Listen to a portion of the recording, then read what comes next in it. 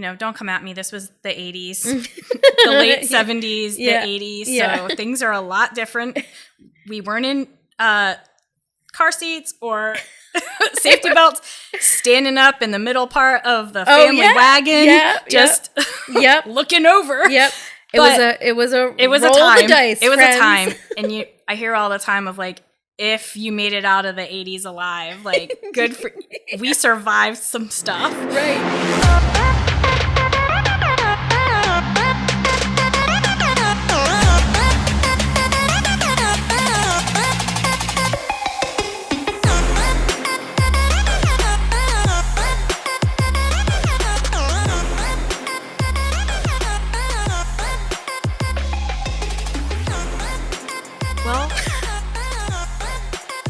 Welcome back, friends. Here we are again, recording. I guess we're on episode 6 now of Meet Me at the Cottage podcast. Crystal, Jen, and Marcus coming at you. I see you have a different look today. I do. No cap and a ponytail. Yes. So, I think that, when we... Our last episode, we talked a lot about, how we do all over the place, but had more of a focus on friendship breakups and community and storytelling and how important connection really is. Multi-generational circles, connection, and how important that is, not only to continue to have our story told and to learn the history of our ancestors and of our cultures and just of ourselves, how important that is for our well-being as well. Connection and community. We are not meant to be by ourselves. Yes. We are meant to be in community, and that's how we thrive as a human race. And as per this Netflix show that you're watching that shows that you actually live longer and still live coherently and I'm going to say productively because that's not what I mean, but you're actively a part of your life rather than being forgotten somewhere and not being stimulated. So I think having mental stimulation and community, exercising your cognitive function, right? And memory and all of that is so vital, which, we do talk a lot about grief on this podcast. I think we've kind of decided that we're going to really embark upon trauma and grief as maybe our primary overarching themes, but then there are bullet points underneath of that. Which I think makes sense because you are a certified grief educator and has spent a lot of time working with folks in grief in general and traumatic grief, especially when working for the police-based victim services. And then I formerly a traditional mental health therapist who ultimately worked a lot in trauma, domestic violence, sexual assault, and just your everyday fun trauma, that the systems of oppression that we live in. And really, you don't have to have an education or a background in any of these things because as a human, we're constantly navigating traumatic situations, whether they're quote unquote big traumas or little traumas. There are things that happen that we might not even recognize as being traumatic, or that society definitely doesn't create space for. They just say, get over it. That happened, right? So long ago.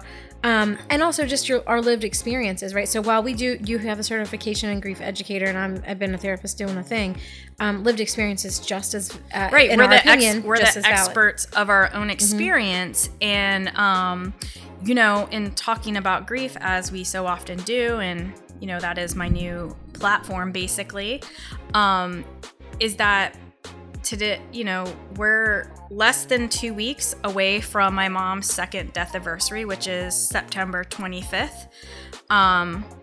So if anybody looks at my Instagram, that's Yoga with Crystal 0925. It's my mom's death date. And the reason why I included that into my social media handle is because that is the day in which my whole life changed and my trajectory changed, and I made this shift in my life. And, Jen has been along with me on this ride for the whole time. I mean, I called her from the hospital when I, found out what was going on, and she's been there ever since. And I am a person who do like to be alone and like to process things, I guess we'll say, in isolation, which I know we've talked about on this podcast before, and how I have realized in allowing myself to be in community and to have connection, how very vital that has been to me, especially in reference to my grief. And I think a lot of wanting to be in isolation and by myself, there are myriad of factors, which we've also talked about on this podcast before, but it's, not really wanting to be seen and having somebody else sit in my discomfort or try to have somebody fix it or make it better or let me make you laugh so you don't cry. And then there's like, okay, so this underlying idea of I'm too much and my feelings are too much, so I need to shut it down and not be that person. Right. And if you're by yourself, you don't have to worry about that. Right. And and even in that scenario, right, you're still feeling like we have to put other people's comfort above our own. Yes. Because, it is, you don't want to feel like you have to tend to someone else while you're trying to grieve because they're uncomfortable. So it all makes sense, but it is just interesting commentary. It is interesting. And, in doing, one-on-one grief sessions with folks, as I've been doing, my most recent session that I had with somebody this week, I have been utilizing information from different sources. And one of them is from Megan Devine, which, we've talked a lot about her on our podcast, and her book, It's Okay to Not Be Okay. She has an accompanying journal that is more like a workbook, I guess, if you will, how to carry what can't be fixed. And so I flip through that and look at different things and, kind of have it in my back pocket as something to bring up during the session if it organically happens. It's a great resource. Mm-hmm. Yeah. So this week I made a copy of what Megan had on her workbook, or in her workbook, I think is page 127 for those of you who have the workbook, the Griever's Bill of Rights, basically. And they all start out with you statements. And one of them is you have the right to make others feel uncomfortable. Which, I gave the person this list and they read over it. And then we talked about it, like if there was anything that really resonated. And there were a couple, and one of them was that one. And in talking about it, there was a identification of what the statement was meaning. So for them, it was intentionally, right. They were like, well, why do I have the right to make somebody feel I don't want to intentionally, right? And I said, well, okay, here's what I believe the statement means, and gave some examples. And I was like, does that kind of resonate a little bit more? Yes. So it speaks to this statement of like, wanting to polite our way out of what we deserve, right? Or tending to somebody else's needs. And basically this is saying you have the right to sit in your truth and in your feelings, and somebody else can be uncomfortable with that. You don't have to fix it. Like, that's for them, like, to tend to. Right. And, that's something I still continue to navigate. Yeah. Even to this day. In trying to, in my own grief, be present and be okay with not being okay. Well, right. And like the idea of what is interesting, that person interpreted as like, you have the right to go out of your way and like ruin someone's day is interesting. Because, it is a matter of your grief is going to cause discomfort and you're like allowed. And so I understand maybe the way the sentence was structured might make it be like, but it's, I'm sorry you're uncomfortable, but this is my truth. It's not too wildly different to what I was talking about last episode of like my daughter, I'm sorry that you're uncomfortable. I don't want to hang out with you, but this is my truth. And so that is for the other person to kind of work through, and again, not take personally and not internalize, just, oh, I see this must be going on for this person. We're going to interpret things and we're going to internalize things, but if we all just kind of allowed ourselves to do the work, they may find that it's, oh, that's just someone going through something difficult. Yeah. And, I did upload this into my Google Drive. So just a few of them are, you have the right to companionship. You have the right to solitude. You have the right to tell people what is and isn't helpful. You have the right to tell the truth. You have the right to refuse all unsolicited advice. You have the right to say no. You have the right to say yes. So there are, a few others added to that, but I think it's just sometimes it's helpful, and they told me that it was helpful to them to have this and, wanted to keep it, which it was printed for them to just kind of reflect back on it. And there is the tendency when you're in grief, whether it's from death or a non-death loss, to question, like, was I being too harsh? Can I say no to that? Right. Is it okay for me to date again, even though the love of my life died? And this is just, I think, a little reminder of affirming whatever it is that you decide you want to do, and that none of it's right or wrong. Right. And just aside, when you had mentioned, like, you have the right to make folks feel uncomfortable, I've been recently doing some reading around the tenements of white supremacy and the characteristics of white supremacy, and one of them is this: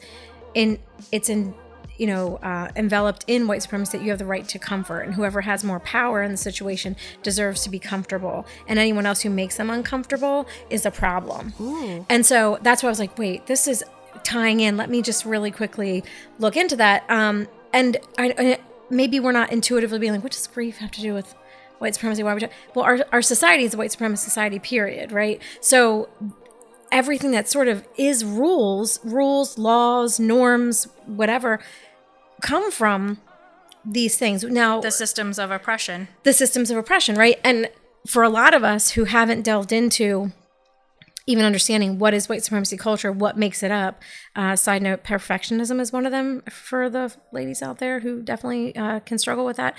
But that whole right to comfort thing, it just made me think about that. And so, yes, while we're talking about grief, we're also talking about norms in grief and who has the right to make people feel uncomfortable, and why get away. Can you please do that over there? We don't have time for this. I'm uncomfortable now. Can you just fix this and make it go away? Who is saying that, right? You have 3 days bereavement. That's all you get. Who's saying that? Job places, people who hold the power, who make these decisions. I just found it just an interesting connection. It is, and I think that you can relate it to grief in the, believe it or not, there is a hierarchy for grief and things that people are grieving, right? So, as defined by who? Exactly, right? As defined by who. So there are stigmatized or disenfranchised grief, which can be from death by suicide, death by addiction, right. Miscarriage, right. abortion, right. Right, and what is that rooted in, right? Like, it's just really fascinating when we undo some of that. It's just interesting, but also to know that this is true, right? Like, why are those particular things stigmatized, So imagine that. You're already navigating this extremely difficult situation, and I could be right or wrong. I don't know. I'm going to put my own spin on this, that part of disenfranchised grief or stigmatized grief also includes non-death losses, right? Yeah, oh yeah. Because we fail to recognize that grief is more than death, right? Even when we think about, like, breakups, let's even say, breakups when you're in your teen years, right? If you dated and you had a really pretty heavy, hurtful, serious, maybe your first significant breakup, it's minimized and dismissed. Because it's just puppy love. Yeah, and oh my God, you'll get over it. You'll find somebody else. Blah, blah, blah. But it's very powerful and meaningful in that moment to that person, and I can still recall some of those feelings being kind of hardwired, the pain that comes with that, right? But the minimization around, and that's certainly a non-death loss, but on top of that, yet another disenfranchised group of children. Like, you're just, right. Oh my God, what problems you're do you trying really to figure have? out how to be in the world as a young person. What is love? Who dictates that? We tell you what it's supposed to be, and then you minimize it your own self because you're young. But yet the feelings are intense. The loss, the emotions. I mean, those are some of the more intense feelings I can recall having. I mean, varies through age and lifespan, but that's just significant yet dismissed. And even if we're talking about, I broke up with my boyfriend. It's your boyfriend. Like, who cares? Or I broke up with my girlfriend, or I broke up with my partner. We were dating for 3 years. Oh my God, so? Right, exactly. And, so if you're already navigating grief, which is hard and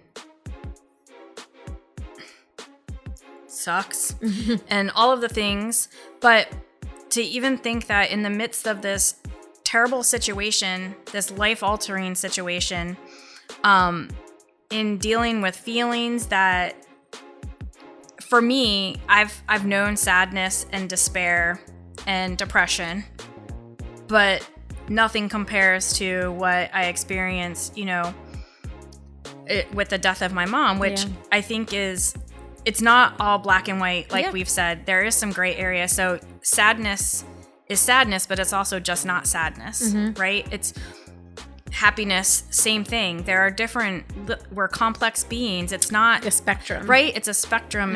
It's different.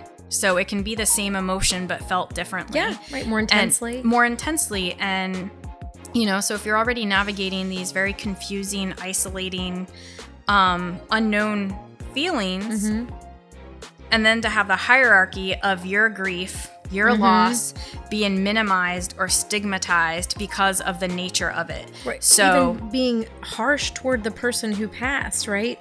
It was suicide. They're so selfish. How could they do that? Or they were an addiction. So, I mean, they did it to themselves. They kind of deserved it while you are grieving the loss. So how helpful is that, right? To be feeling these things, experiencing these gut-wrenching emotions and situations, only to have somebody like basically take a knife and just cut your heart up even more, and then basically shit on if it's a partner or whomever, if it's a stigmatized death, shitting all over that or on you, which how helpful is that? Which, it really comes back to our whole philosophy, and what we've been talking about is community and connection, and how I know I probably said this before, that in my grief educator training, David Kessler, made a statement of grief is a time when friends and family become strangers, and strangers become friends and family. Yeah, so really powerful. It is powerful, and it's very true to really just think about that yes, that's great, but also, so I've had to go outside of my support system. Yeah, why is that, right? Like, or what, why is that such a phenomenon that it's stated in like one of the most renowned grief educators or grief experts training of masses of people? Why is that a truth of our society? And maybe not just, if I'm not mistaken, that training's it's international as well, right? Whoever wants to take it can take it. I'm sure not every culture, I know not every culture operates like ours, and even within ours, there's, different practices. But it's interesting that that's a phenomenon. Right? So how, if it's not something that happens, right? But so many people experience in it, then it must, it's true, right, in different ways. And that's why, attempting to not be in isolation if possible. Sometimes you need to. Sometimes we all, regardless of what's going on, need some time to kind of just go inward and be undistracted by the other things to help us kind of see things a little bit clearer. And, this is just a really long segue into my mom's second death anniversary that's coming up, and how really last year, for her first one, I had an epiphany, I guess, if you will, of like, oh, maybe being with people is what I need to do. I don't know. Yeah. Well, with the right people, right? Or the people who can. Right. And it's the anticipation, which again is something that I don't think we talk a lot about. There is something called anticipatory grief, and that's usually referenced in, like, somebody's going to die or they're ill, and you're anticipating this happening. And it can be days, weeks, years, months. But, for myself, anticipatory grief also is the time leading up to significant events or dates or what have you. And so, last year was, all of the firsts for me, really. And then I didn't know what to expect. My idea was that the day of, whatever it was going to be the hardest and I would be fine. And I found that wasn't necessarily the case, especially with Mother's Day. That was not the case. And that was a really difficult time for me. And I had to do some evaluation of my approach to how I was going to spend these days and who I was going to spend them with. And again, I know I've said on the podcast before, choosing to honor my mom and myself, how I want it to, has been so monumental in helping me navigate these days. And so last year, for the first anniversary, it was very difficult for me. Lots of crying, which, great. Love a good cry. It's very cleansing. Yep. But in leading up to that, Jen was like, do you want to do something? Like, I'm here if you want to, and if you don't, that's great. Even up to before you got to my house, it's like, you don't have to. You can say no. I'll honor that.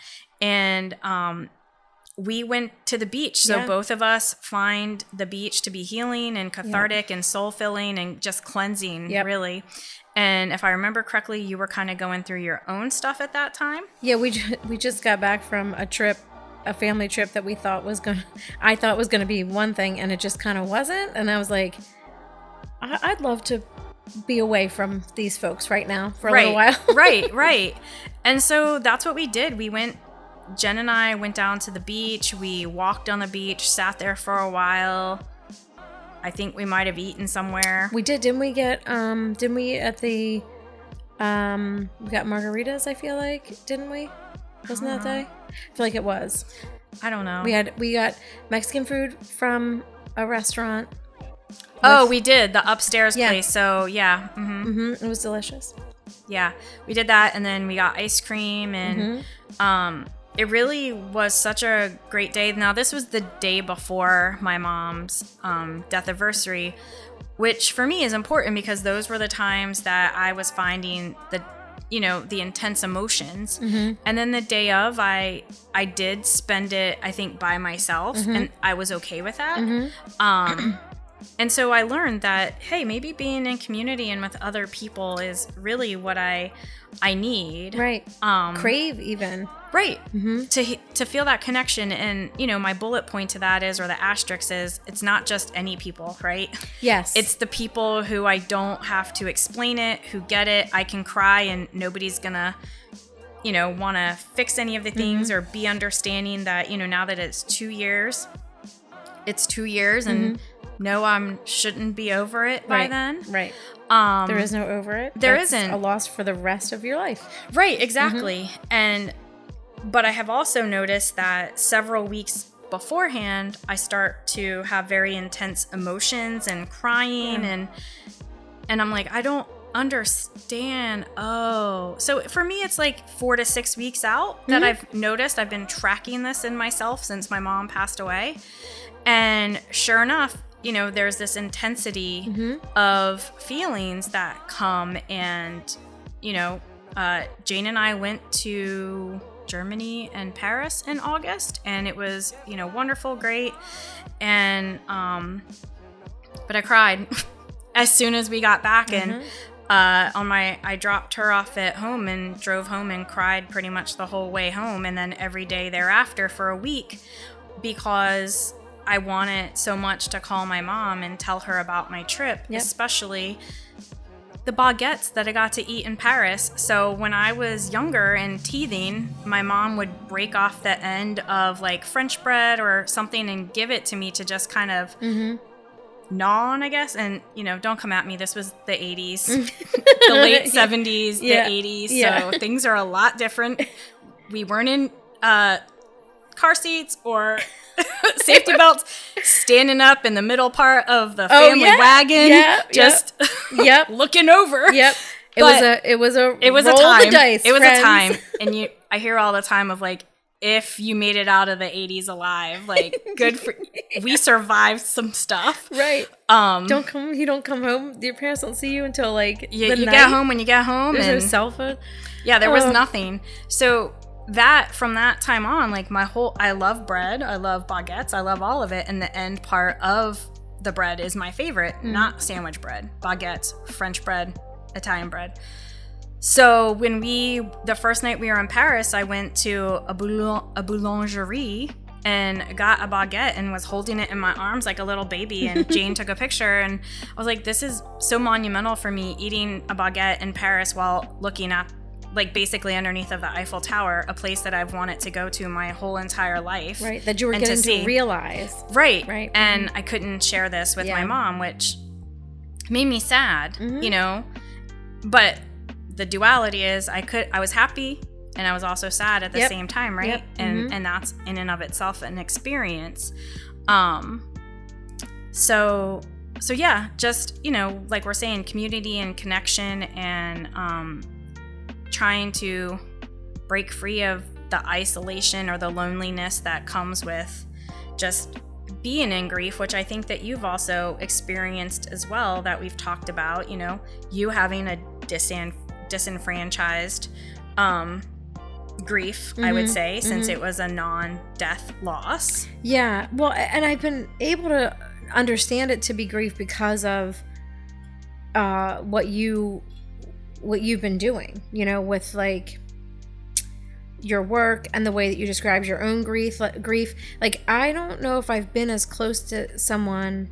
I hadn't experienced significant grief. Like, I have had losses in my life. It's just that they didn't bring the grief that you may expect that they would bring traditionally. Like when my dad died, it was sad, but I think that was a complicated. I was going to say complicated grief, which is also a thing, right? Like how there is a type of grief that's complicated grief that may also come from having an estrangement or not a great relationship, and that's having to grapple with this person is dead. Same thing. My dad died, I don't know, 2002, 2003, which is telling of our relationship if I can't even remember when he died.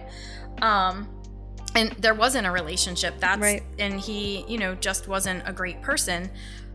But, you know, at the time I was in my 20s, and my thought was, how do I cry for somebody who never cried for me, who wasn't there for me in the really bad time? You know, when my friends died in high school, my mom was there for all of this stuff, right? Yeah. So how do you shed a tear for somebody who, in all of your knowing, never shed a tear for you?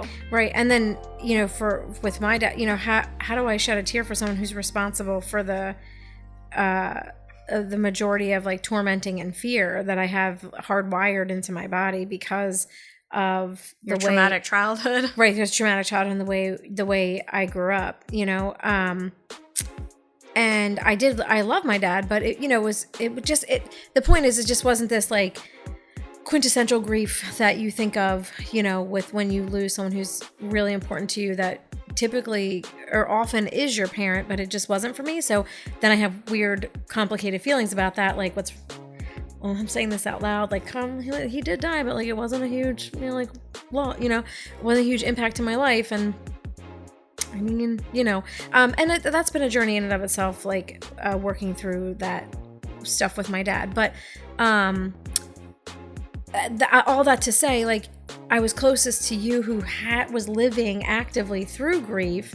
And then you happened to just be doing your grief education training right at the time when my house burned down. And so like my ability to understand it as traumatic grief specifically, was because of what you were doing and had done and what I'd witnessed. I am a therapist, but I did not specialize in grief. And in fact, like other therapists, we treated it like society treats it like a problem that we need to fix, because that's why you're in therapy. So we can, for lack of a better word, it's not so simple, but get over it, right? Get through it.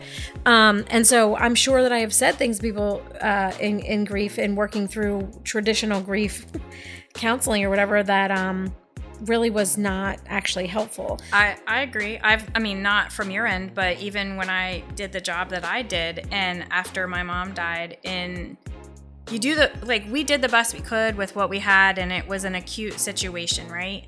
But now I have a better knowledge of like, fuck, now I know why that wasn't helpful, or why this person never said yes to counseling 2 hours after their person died. And why they just essentially figured out, whether you realized it or not, that they're just not going to go to you for that problem, which is also what we have experienced. I'm not going to go to that person to deal with this, because they're not actually helpful. Even if you're not conscious, you just stop talking to that person, or that even if that person is your therapist. And I didn't do a lot of work around grief explicitly, but surely grief would show up and stuff. And I think I do remember intuitively knowing, like, this is going to be what you feel. When am I going to get over it? You're not. This is what's going to be for the rest of your life. But that was the extent of what I understood. I knew that was true intuitively, but as far as legitimate support, I don't think I had those skills. So even though I am a therapist, I have lanes that I stay in. We don't know everything, and sometimes it really does matter if you've been through it, to be able to offer, sure, what they taught us in the books, but your own lived experience matters. And this idea that it doesn't in a professional sphere is literal nonsense. Well, in that same vein, and I don't know if I've said this before, but my therapist was very helpful in that for me. And I know you and I have talked a lot, not necessarily on the podcast, about self-disclosure in therapeutic sessions as a therapist, and what is appropriate, what isn't appropriate. And I know that there's been a shift in, humanizing the therapist, or the person who's, trying to give you the tools to work through whatever it is you're going through, but also not make it about them. So I think that there is a real fine line between self-disclosure and basically flipping the switch, or whatever it's called when you make it but I think that that's also this shift that's occurred and occurring as transference. Transference is not. It's not exactly. It's just self-disclosure that's too much, or like you not being aware. So transference and countertransference is like when you see the client as like, oh, that's how my daughter felt, and like you kind of interact with them in that way, or they see you as like a mom or something like that, and they behave as such, which is it's sort of seen as like, well, you need to work through. There's a lot of us have problems with the mental health field, and the younger people who I just love them coming up and being like, actually, fuck that. Actually, this is stupid. I love it, because our field was still founded by white dudes who created these theories, who decided what is appropriate and not appropriate. And if it's not appropriate, then it's a diagnosis. Oh yeah? In the diagnostic statistics of, no wait, the DSM-4, the DSM-5, yes. I'm like, in the diagnostic manual, whatever the S is, I think it's statistical, I don't know. It's the book that we use to diagnose people, right? Being gay used to be a diagnosis. So if that's possible, then all of it's just a bunch of shit, is essentially. It doesn't mean there aren't like things that are helpful to guide you, but who decides what is a diagnosis based on what? There's just a real heavy criticism, and as there should be, and I love that it's happening. But all that to say that it's we are human beings in this session. It does matter, who we are to the client. Otherwise, there wouldn't be therapeutic, like, rapport or trust or a relationship connection. And also, even just when you're looking for a therapist, often you can go to search engines that have our little pictures in a bio. Well, if it didn't matter who we were, why then we need a picture and a bio for you to feel like, oh, that person will understand me? Or why is it that folks want to see themselves represented in the therapist? Because maybe a woman of color doesn't feel as though a white male is going to be able to truly help them, because no matter how well trained they are, they cannot relate to the lived experience. And that matters. And so this, removal of a paternalistic ideology around, we know best. And this isn't social workers. I'm a licensed clinical social worker, so we understand it to be different, but some of the more traditional trainings and degrees do not take into account systems of oppression and how that all plays into your psychological well-being. We are trained that way. Other fields are not. They're just like, well, I don't know why. You just seem to be really anxious every time a police car pulls you over. I wonder why. Because maybe you're a person of color who knows that you have a higher risk of being harmed in those scenarios. But it's this idea that it exists in a vacuum of like, I guess you just have anxiety, is really dumb.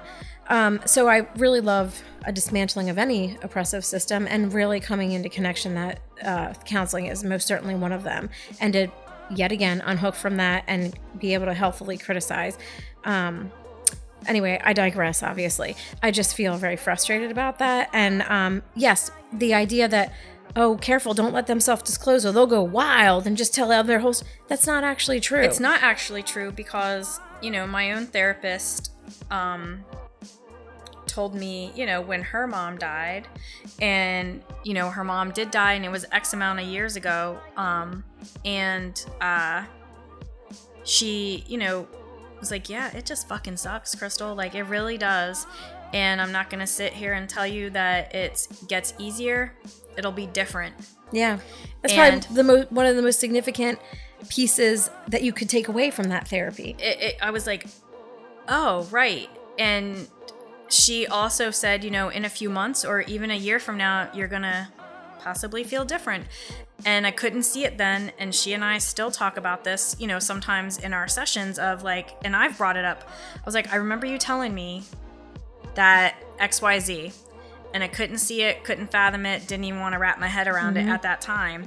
And now I get it. Like, I'm still grieving. I'm still sad. I still miss my mom all of the time. I still have those moments of forgetting that she's dead. And then have that gut punch of a reminder of like, oh, wait. And then, for me, not only is that gut punch of a reminder, it's the flashbacks of seeing her in the hospital, hooked to tubes, and then, not hooked to anything, and basically watching her signs of life leave her and turn gray. And so having her say that to me was so very helpful because, first of all, she didn't shame me or stigmatize me for how I was feeling. Yep. She could relate to me on a personal level. And even, let's say it's 20 years later, I don't know. It's still hard. Yeah. Right? Yep. We still will talk about this in my sessions. And, I get it. And yes, I carry my grief a little different today than I did, this time last year. Yeah. And it'll look different next year and the year after. And it doesn't always mean it'll be dampened. It could be even harder. It can be harder. And there's been a lot of talk about that. And I've seen it a lot on, the social media pages that I follow, which are a lot about grief and such. And maybe it's just my algorithm. But, there's this thought that the first year is the hardest, but really years 2 and 3 and any time after that is harder. Yeah. Even. And I can't say whether or not that's true for me, because if I'm real honest, I think I have blocked out a lot of stuff. And it's a part of... I don't know if I remember how bad things have been, but I don't know if I 100% remember how really hard things have been and were. And that might even be sort of a protective measure. Yeah, like whether it's conscious or not, like purposeful, right? To be protective. That, and also like, can we? Is it great and healthy for us to stay in that space of that depth of pain? Not to say you can't. The pain is important to experience, but would we be able to survive like that level or is there a literal like survival type of thing, right? Like how well are you living if you're not really living? And it's hard because I don't want to judge anybody else's journey or say they're doing it right or wrong or saying they're stuck. I mean, there's different ideologies regarding saying somebody's quote unquote stuck in grief, and that's not for me to say. There's there's a sort of judgment in that, right? Too, right? Like, oh, you're stuck means like get out of it. Which maybe there are times where people do get. Where I think it tends to be a safety thing, and maybe just unhealthy on all the levels. It's damaging your just well-being in general, or even because relationships with people, your mental and physical health, because grief really does affect every part of your body, every part of it, your brain, your nutrition, physical, your energy, which all of your energy is going into literally existing. So where else are you going to put it? Don't forget about the part that if you're the person that's responsible for the administrative side of death, because there is one, or if you have to plan a funeral, put the services together, call the people, do the things, sell a house. You can't even get a tattoo if you're intoxicated, right? But they want you to like go ahead and function like a human being. I know you're not intoxicated of grief, but it's interesting. Seems like illegal. Very interesting. Yeah, because you're not in your right mind. You're really not. You can't. Your brain can't handle all of that, and it really. And you're making life-altering or significant decisions in those moments. Yeah, it's really hard. And then if there are layers to all of the things, right? Complicated grief, disenfranchised or stigmatized grief. So again, you're already navigating grief and whatever comes with that. And then if you have to add the added layer of it being stigmatized, then there's more energy that goes into that too, because trying to determine who's safe to talk about it, who can I say this in front of, who can I cry, right? Who's gonna say something detrimental to me or bad about whomever the person was that died, or so F it, I'm just not gonna tell anybody. And then you hold this all in, it's really just ugly and gross, and it sucks all the way around. But grief isn't linear, neither is healing, and neither is my conversation right now. So honestly, what is linear? That's why when people are talking about time is a construct. It is. And when I talk about ADHD, and you're like, well, I don't think so. Like, who decided, once again, that you should go from A to B to C to D? Like, when you look in my house, and if I'm cleaning, you will literally see me in every room, because I'll be like, oh, I got to put this away, and then if I put that away, and then I'm doing this and this. Oh, you mean like what just happened a little while ago? When we went upstairs to get candy and then got distracted by finding an Allen wrench to tighten the leg of a chair to go upstairs to fill like the coffees. And what I would even argue, like the word distracted, I wasn't distracted. I knew I had something to do downstairs. However, these other things came up that needed problem solving. Did they need problem solving in that moment? No, but they presented themselves in my face at that moment, right? And so I'm just noting, for neurodivergent folks, and again, that language is like, who decided what's neurotypical? Like, we're all different, but they just want to shove us in the boxes and be like, well, you should do this.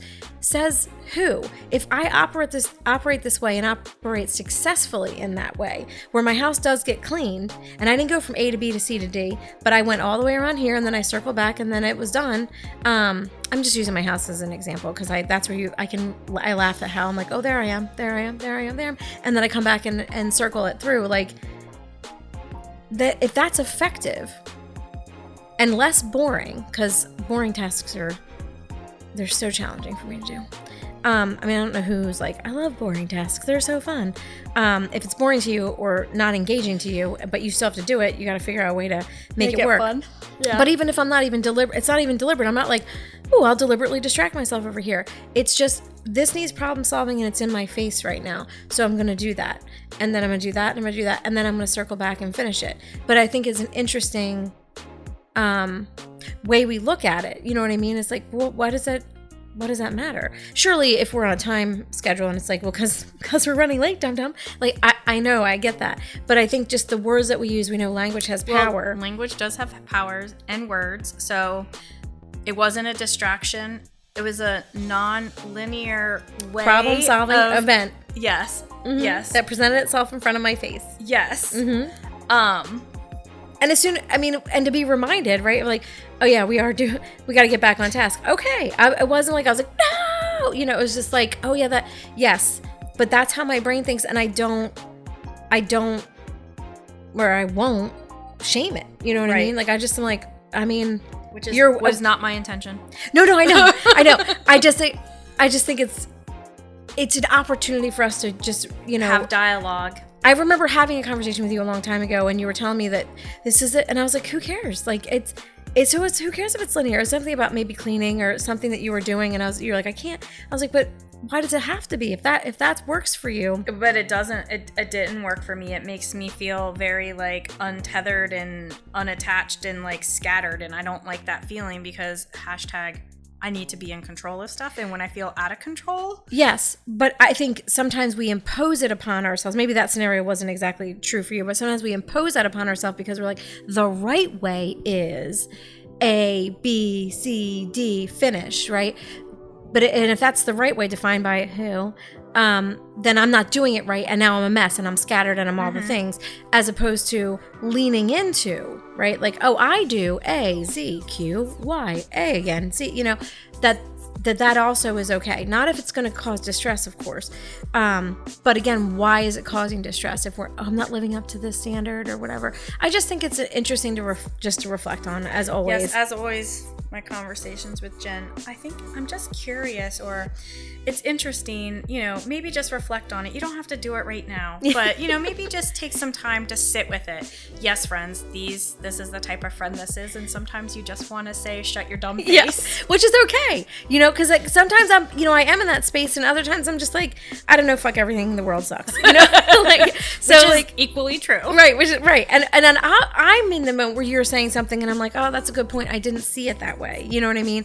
I think that's what can be beautiful about friendships. And I think you said before, sometimes I'm in need of you and you have to show up or want to show up. And then sometimes like you're in a rough spot and then I can show up. The beauty is that I can see things from a different perspective. You're safe enough to share it with me, and I can offer this perspective that may or may not be true, and vice versa, where I've been in holes and you've been like, that's interesting. And then I'll say something and I'm like, I literally didn't see it that way. And what an awesome dynamic. I think if we're talking about community and support, whether it's through grief or just life in general, is like someone just kind of looking out for you, or having an extra set of eyes on it to be like, I know you're seeing it that way, but that's just not it. Or that's just not what I'm seeing. And here's a perspective. You can still run with that perspective if you want. I'm just going to offer what my observation is.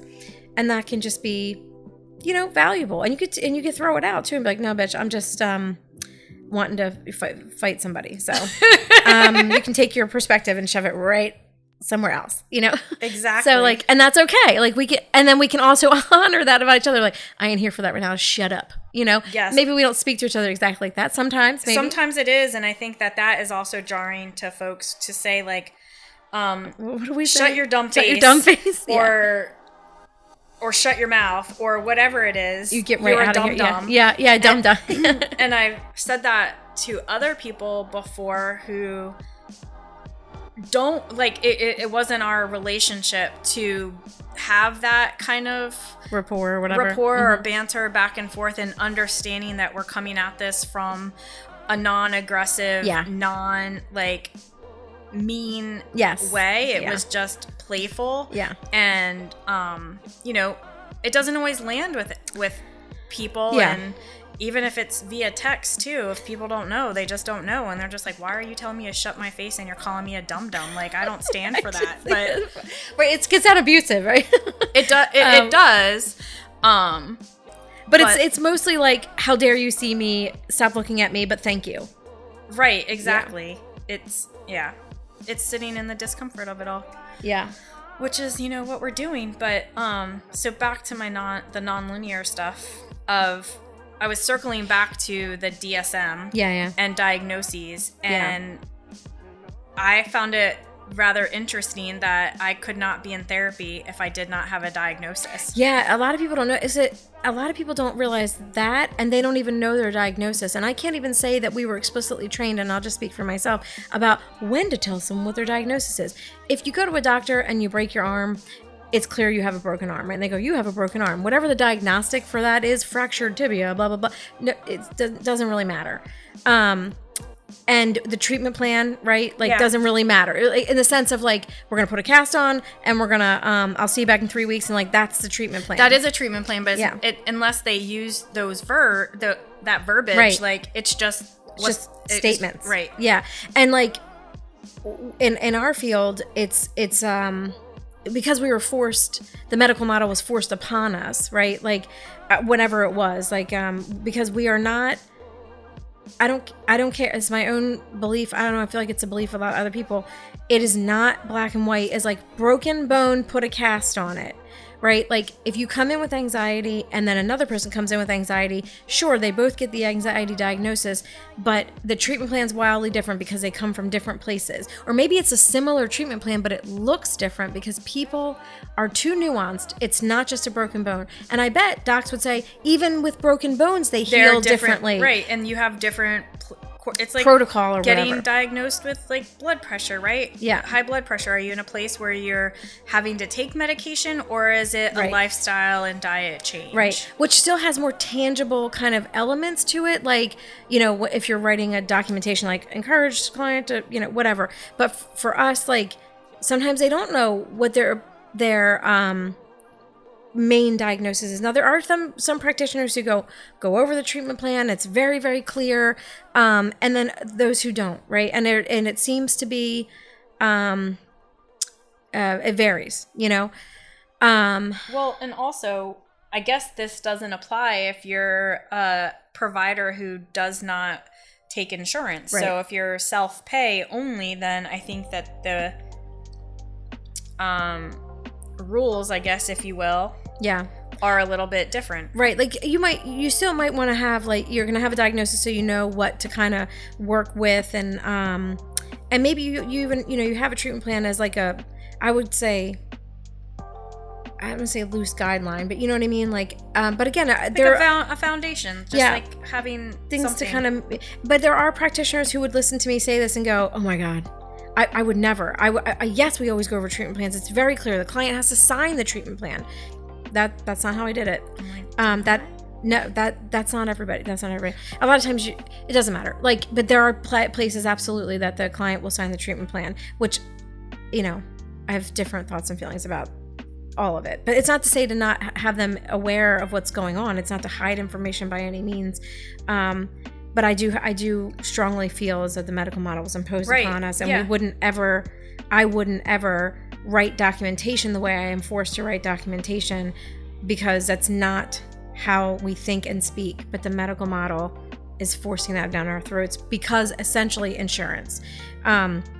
Somehow these insurance companies, these juggernaut corporate giants, get to dictate how we practice, how we document. That's why a lot of people don't take insurance, and I'm not in that space with my practice because I feel it's important to have access to care, but it is frustrating to deal with them and their limitations.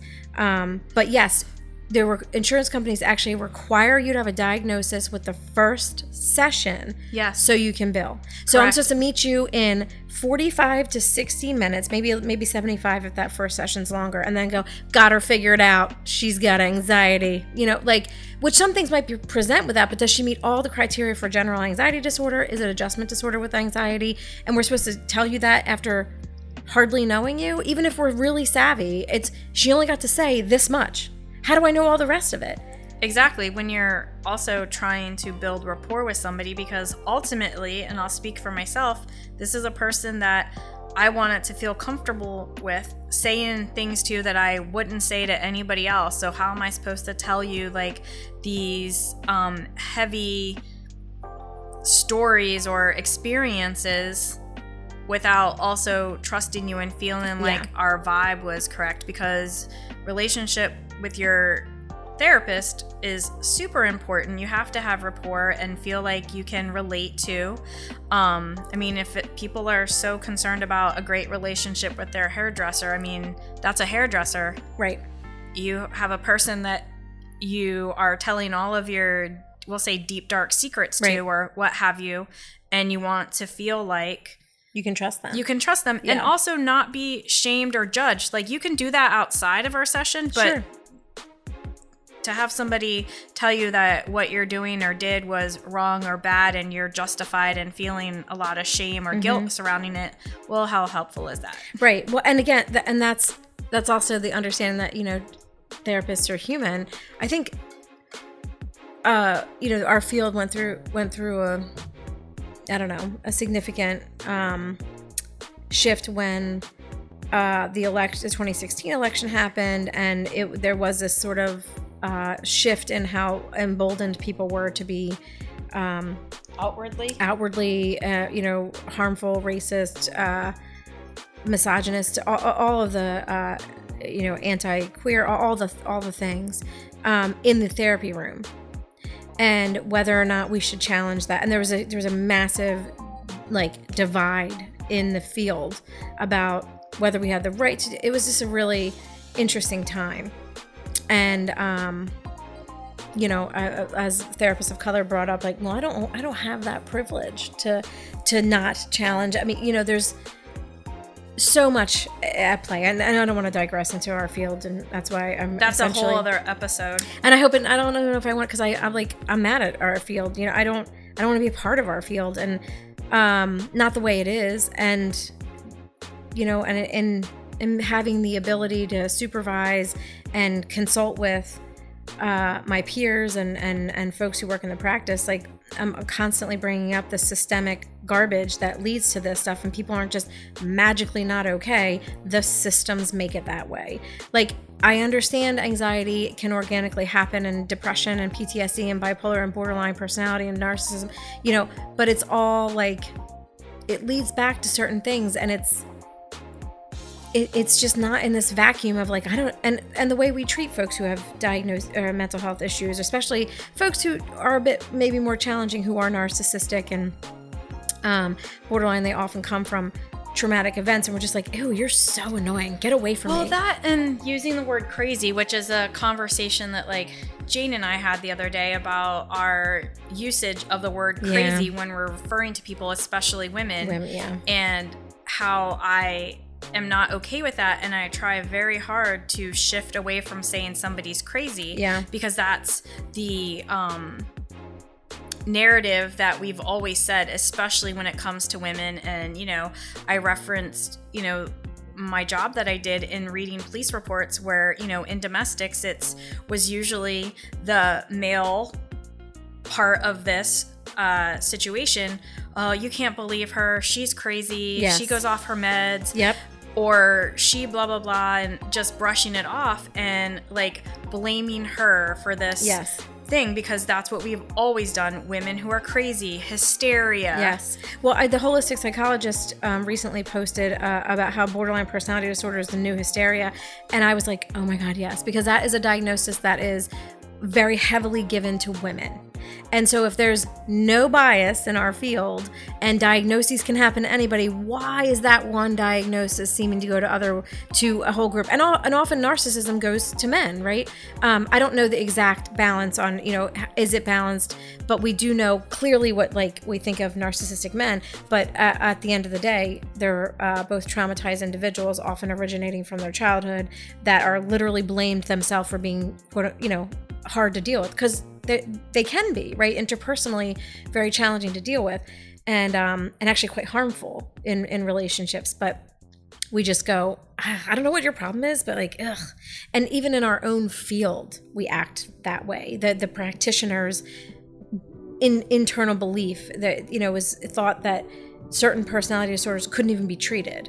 Like, then what would be the point of them being in therapy? What would be the point of even diagnosing them if it's not treatable? So, right, these diagnoses and who they're for and how you get it if you don't act accordingly, with the complete disregard for how you might have gotten there. So, right, the human element of it rather than just being a diagnosis, I guess, if you will. It's just you're checking some bullet points. Yeah, right. And it is literally bullet points. Yeah, you have to check the boxes to get the diagnosis. So if you're comfortable speaking about this, I want to circle back to trauma, grief, and finding appropriate talk therapy. Which is a conversation that you and I have had. Yeah. Regarding, you even said during this episode how not all therapists specialize or are trained in grief, and I think it's very easy to place a blanket over the mental health profession of, if you're a therapist, then you deal with all these things. Whereas if you're a neurologist, nobody expects you to be able to do heart surgery. Right. And even if you think about attorneys too, right? Like, you're a divorce attorney, you're a legal... right, you do probate, or you do real estate. Yeah. Right? Mm-hmm. They're all different. So, you were made aware of a trauma and grief center. Yeah, in Delaware, there's a Center for Grief and Trauma Therapy, or Trauma and Grief. I forget which one it is. And I actually, as a therapist, refer folks to there because I was like, I'd never heard of them. I don't know if they're newer or if they just, I don't know, But I was like, cool, because there's also like the trauma specialist of Delaware, and I was like, great, I love a space that's gonna put forward like, this is what we do, we are the trauma folks, right? And then the Center for Grief and Trauma Therapy, I was like, oh, cool, because they do grief and trauma, they get maybe the overlap or the connection. Personally, I don't think you can't have, it's not a vacuum, it's not isolated. It's not trauma or grief. Yeah. They're both interconnected. Yeah, I definitely think so. So I would refer folks there. I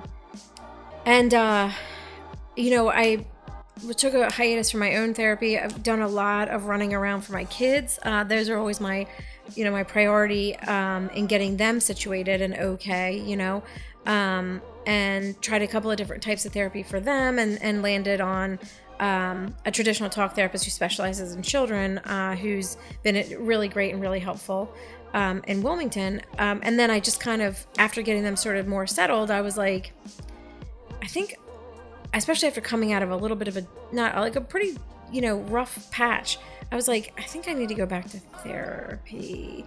But I really feel like I need it to be pointed. I need it to be specific. And that, again, this is being okay.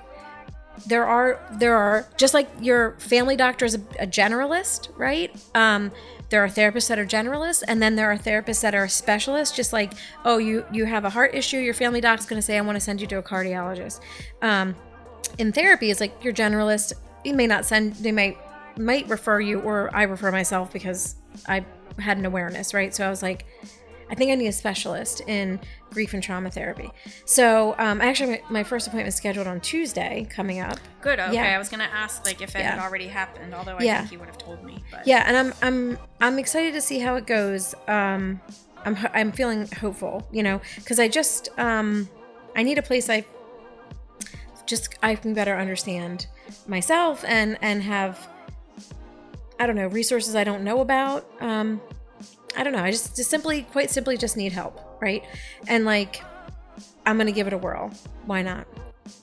Well, and I would be curious to use some of that verbiage to see if, in unpacking your most recent, traumatic experience, which I would say that continues. It's not one isolated experience. It's the continual experiences that occur that you're having to encounter that add to the trauma and the grief. And if that might really, as we do in therapy in all aspects, is peel an onion layer back and maybe other stuff bubbles to the surface. I was thinking that too. I was like, I'm going in with this intention, right? Of like, or this on my mind. And I think about this because I think about my own clients. So like, I'm coming to therapy for this, but then it becomes, right. And I'm like, but like, in like a good way. But I'm like, am I going to end up having to deal with some of this other trauma shit? Not just from the loss of our home, but like, dig a little deeper into the trauma of my childhood, and maybe not, it would be good, but I was just like, I guess this is the journey. It's all related somehow, yeah, right? That just trauma, specifically, and when you have to fill out new paperwork, like I haven't done this in forever, but I fill out new paperwork, I was like, oh yeah, I gotta refill all that shit, and be like, oh, how was your family growing up? I'm like, oh God, how much do I type here, right? Right. Like, and I always laugh to myself, some of our clients will fill out like 1-word answers on the intake, and some of them will write stories, and I'm the one who writes stories. I'm like, run. And then I was like, well, I don't know.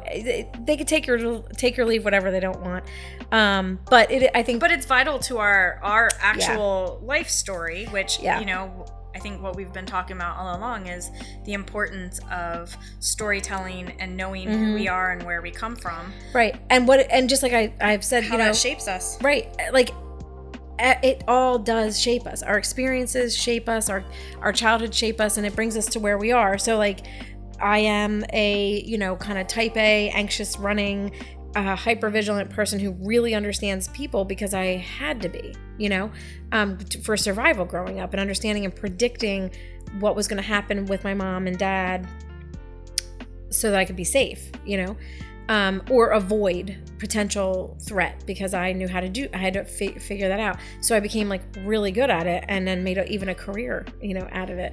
And so it does inform, who I am. And I don't know if I like that I can understand people in a way that maybe they don't understand themselves, or be able to see things ahead of time, because sometimes I feel like it keeps me safe, or just lets me know who gives me the wrong vibes, or like uncomfortable vibe, whatever. But where does it originate? Trauma, for sure. And so it's a superpower, but it also came out of pain, Right. Which I think a lot of our things that we end up doing in life, right? Turning your pain into purpose kind of thing, which we've talked about before, I know. So if you don't also mind, this grief and trauma center that you're going to, we've talked candidly about insurance and how it can be a real pain in the ass as not only a person who is the insured, but the provider who is accepting said insurance, and the low reimbursement rates, and just the nightmare that it is. And that there's not like, insurance reimburses our medical counterparts much higher than us, even though we have the same level of training, and some of them actually have less training, formal education than us, and they get reimbursed higher. Just a general disregard for the mental health field. So this place, I think, does not take insurance, or what I read, like, may take an insurance, but it's called out of network. Like, they will provide a receipt for you to provide to your insurance provider. Yeah, so that you can get reimbursed. So that actually is helpful. If you have out-of-network benefits, that can be helpful. Right. But the other option with this place is for the folks that live in Delaware, but even outside of Delaware, because many states have something comparable. In Delaware, we have the Victims Compensation Assistance Program, or VCAP, as it's called. And I think that it used to be called the Violent Crimes Compensation Board. Oh, is that what it used to be called? So a little bit about this program, and I'm familiar with it because when I worked for, as a victim services person, this was a program that I would refer victims and survivors to for some type of compensation related to the crime. And there are particular crimes. It's not a blanket, like, you experienced X, so you get money. There are, guidelines and protocols and stuff put into place. But if you're eligible, you complete an application and you have 1 year from the date of the incident to get your application in. I know other states, like it's 3 years. I think in New Jersey, I had somebody, years ago when I was doing my job, call and ask me about it, but they were based in New Jersey and I had to do research on that and provide them with that information. So this mental health place will utilize VCAP benefits, which, like I said, there are criteria and eligibility, and you have to be listed as the victim in a police report of a qualifying crime, which I know this is a lot of jargon, and if it's not for you, it's not for you, but if you get it, you get it. And also just Google, VCAP Delaware, and then you'll get like a pamphlet, like a PDF pamphlet. Yeah, there's information available, and like I said, it has to be a qualifying crime, which is very helpful to folks when there aren't really any other resources that may be available for mental health counseling, doctor visits, or loss of pay, rent, temporary housing. They're actually a really great program, and I'll say as a therapist, and in my practice, like we have accepted VCAP as form of payment and bill them and have a very easy experience with them. And not that this is a deciding factor. Really, what the deciding factor is that we want to help folks who are victims of crime and in their mental health journey. But they actually reimburse very fair, and they're just all around a really great program. So it's weird to be on the other side of that a little bit as a recipient of that. And some of you might think, well, if you have a house fire, you qualify for VCAP. So the reason why we qualify is because if the fire marshal has determined that the fire where the house the fire originated in was arson, and so arson is a qualifying crime. So it is yet another interesting factor that goes into this whole house fire situation. Is like losing your house is very challenging. To know that it was intentional, right? And that someone did that on purpose adds a very interesting layer. So it is. I'm pretty sure that the VCAP, you were the one who was like, do you maybe think you want to try to go to VCAP? And I was like, I didn't even think. Yeah, because I didn't know the status of your VCAP application and whether or not it was deemed, a qualifying crime or what have you. But in, having my previous life of what I did, it was an avenue, and they are the payer of last resort type of thing. Which means that they want, if you have insurance, they want them to pay first, or if you have like homeowners insurance paying for stuff, they want them to pay first, and they might pick up the bill. Like if you have a copay with insurance, the insurance will pay that, and then they'll pick up maybe that $20, which they really do, and it's they're there to help. It's not really stacked against, like, they don't want to not help. In my experience as a person who makes the referrals and talks to the investigators and such, like it's set up to help, not like it's not a big hoop jumping situation. I'll say as a provider, it's really not even a hoop jumping situation as a provider. So I don't know if there's any providers out there listening, but it's a great thing to advertise that you accept and get on board with accepting.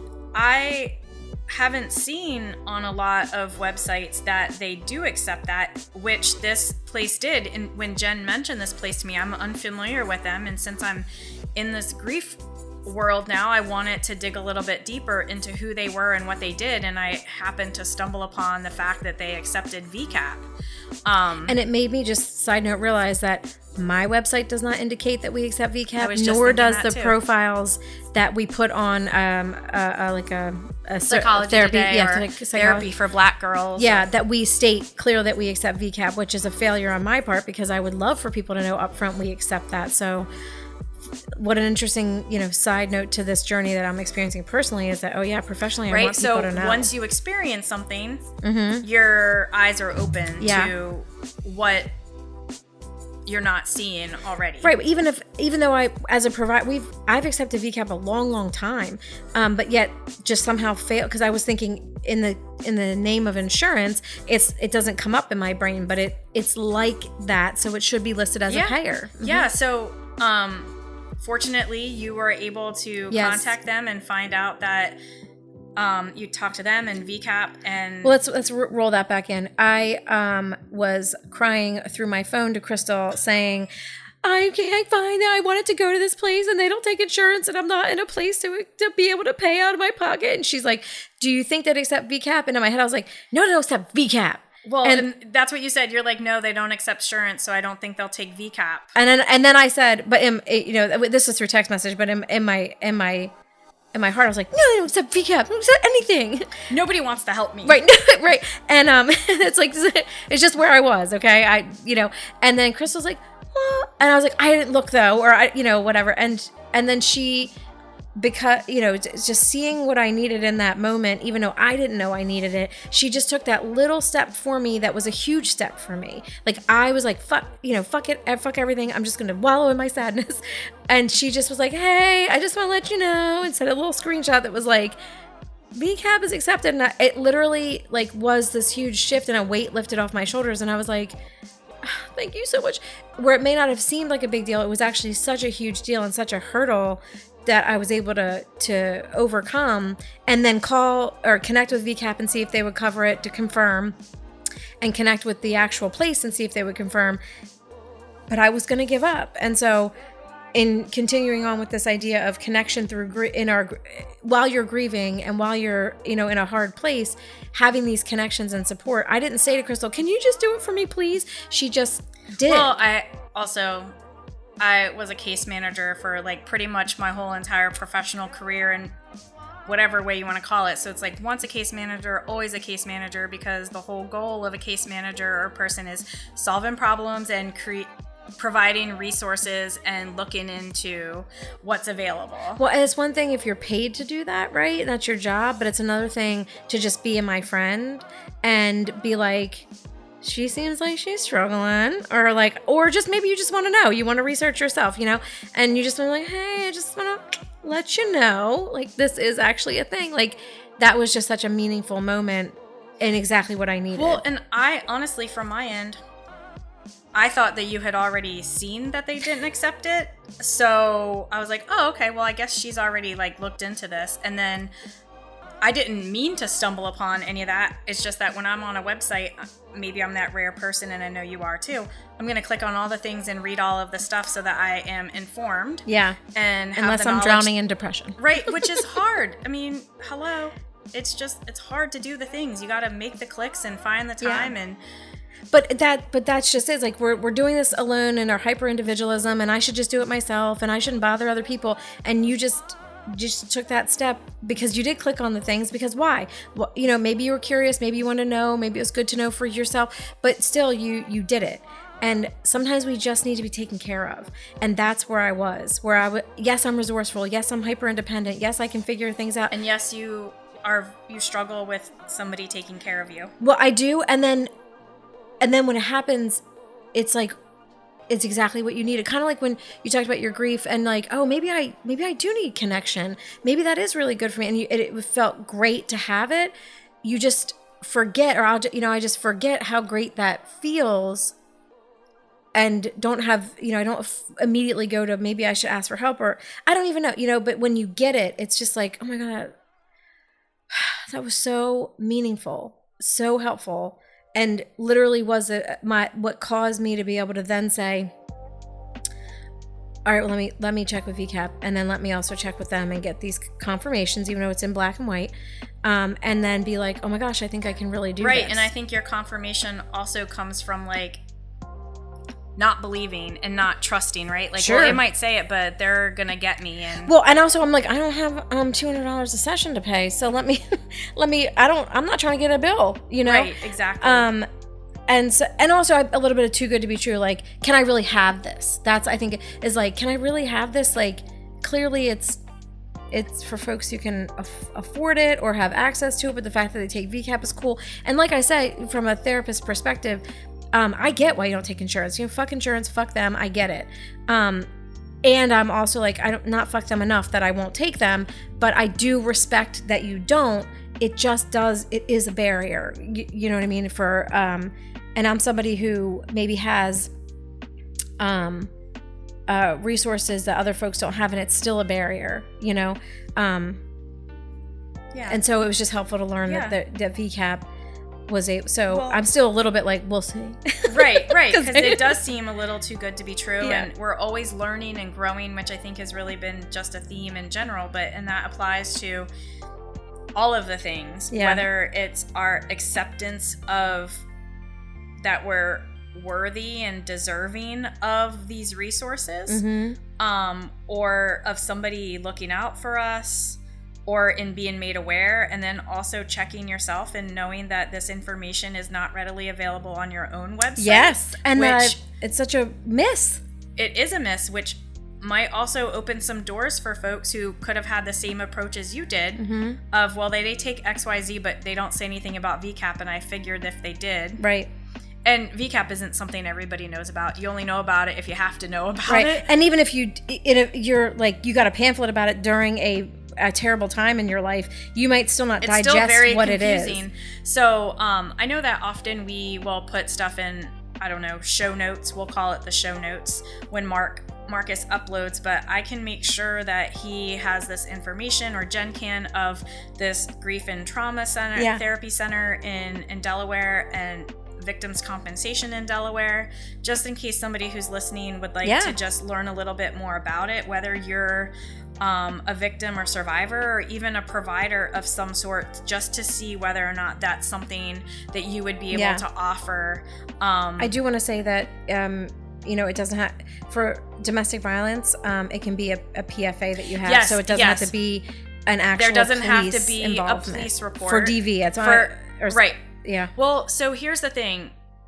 Since I've left the victim services community, the Sexual Violence Protection Act in Delaware was enacted and is currently another avenue.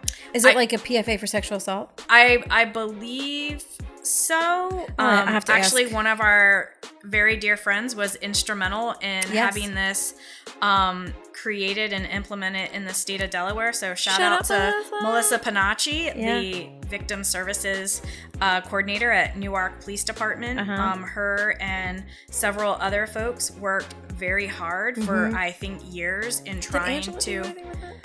I'm not sure everybody, but very hard in bringing this to Delaware, and did a lot of research and looking at, best practices and whatever was happening in other states. And I don't know a lot. I don't know anything because I've been removed from that life, and I tend to not look at anything because I don't want to know a lot about it anymore.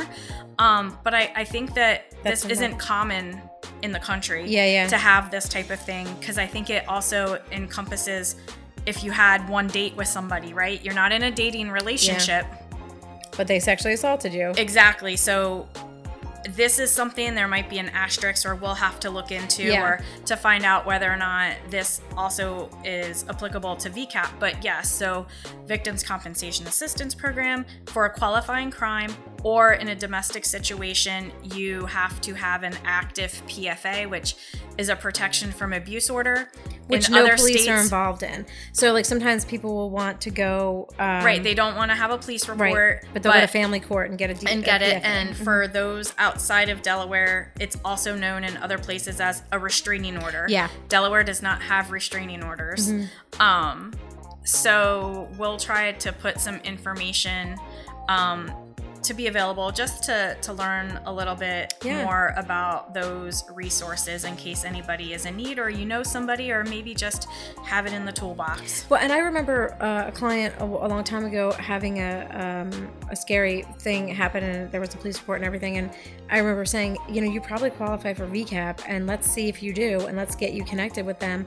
And I remember she was able to do that, and then we got the mental health coverage, so that she didn't have to worry about that. It was something that I was able to work with her on doing as a mental health therapist. So, like, we're all of us advocates are everywhere, right? In the police-based victim services setting, in the mental health community. Systems-based, community-based. Yeah.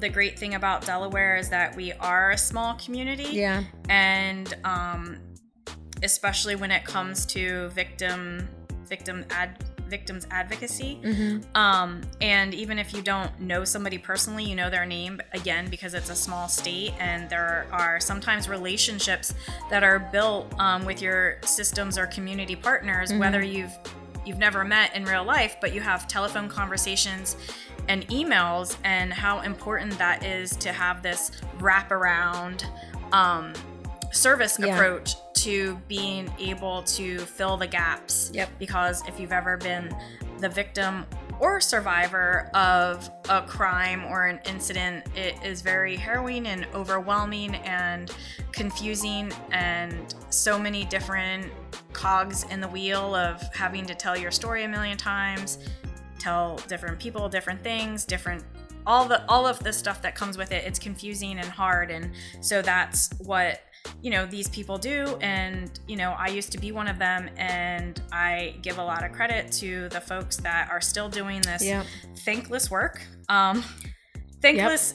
They're not always recognized, and it really is hard. It's hard on your mental health, your physical health, your life in general, your time, and having to give up holidays or certain things with your family, especially if you are an on-call person, having mm-hmm. to go out and do stuff. So and the vicarious trauma that happens. Trauma. Hi, Crystal, looking at you. Yeah. Hi, Jen, looking at you. And the hi, looking at all of us, all of the people in the field, whether they recognize it or not. But just thank you to all of them who continue to do this very important and needed work, to work on behalf of Delawareans. Yeah. I think that's gonna wrap us up for episode 6. Sure. 6. Yeah, let's say that. So get excited for some cool music that's coming, whether it's right now or as always, you can find us on our socials. Mm-hmm. Oh, I guess I've plugged our socials, but I keep forgetting to plug the Meet Me at the Cottage podcast. Oh yeah. We have too. Instagram and Facebook. We so we have lots of social media pages. You can reach out either way. Yeah. And if you have ideas for topics or anything like that, we're here for it. If you want to be a guest. If you want to be a guest. We have another microphone. I guess we're opening that up to folks. And we have some exciting events coming up. We're going to have the Goddess celebration next month. Also next month, we're going to... This might come out in October after the Goddess celebration. I'm not 100% sure, right? We don't know when this episode is released. Oh, I don't know.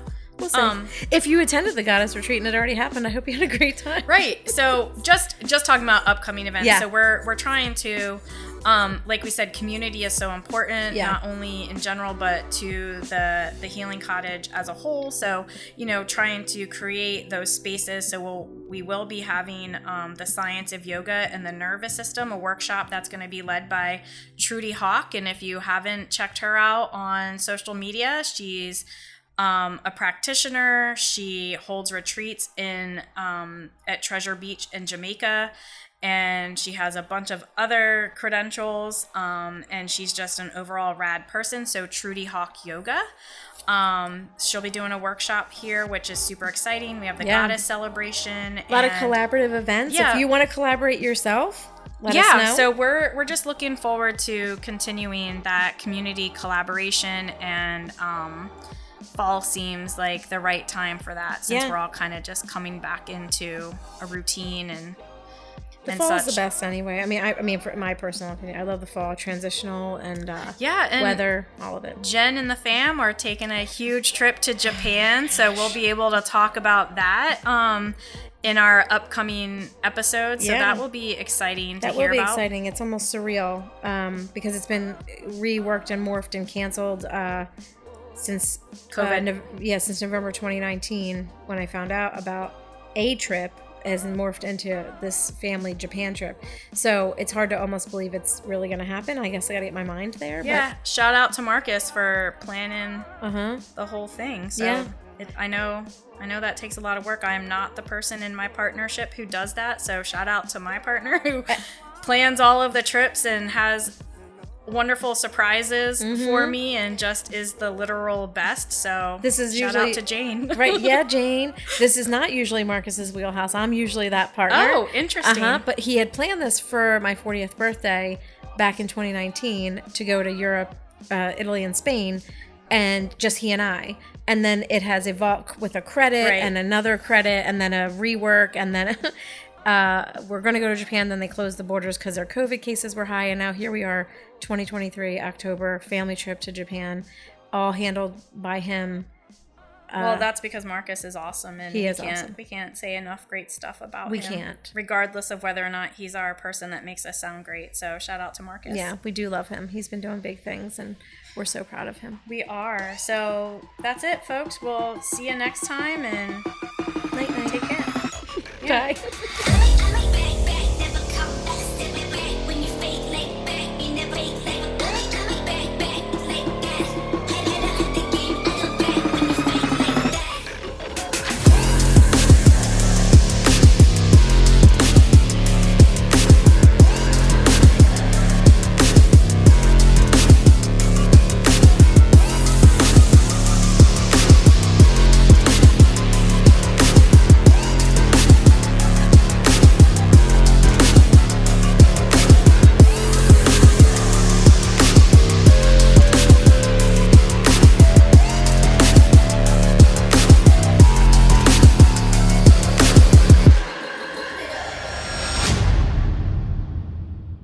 That's good. I like the storytelling part because that's really what we're doing too, right? We're telling stories. We are telling stories from the comfort of a love sack. So yeah, and it is comfortable. Which, when you're in a comfortable space, it makes it a lot easier to have conversation, which I will fully 100% say. It was a lot easier to have conversation with you rather than sitting in the pink chairs in a stuffy Yeah, they're beautiful chairs, but they're not comfortable. They're not. So, I'm fidgety and trying to not move. But you're right. I didn't finish fidget. I did a little fidgeting, but yeah, you're right. It was definitely different. Right. Oh, yeah. So it really just comes down to feeling comfortable, right? Yeah, in all the ways. Right. If we have those other outside issues or concerns alleviated, then we can focus more at the task at hand, which is be more present and have a more whatever the word is I'm looking for, meaningful conversation, I guess, without I have to move my leg, but I don't want to move the microphone or my butt hurts from sitting in this uncomfortable chair. Yeah. And even having the microphones where they are right now, having the mics where they are, I don't feel like I'm nervous to bang it. Like how I constantly have been banging them because I'm not fidgeting as much.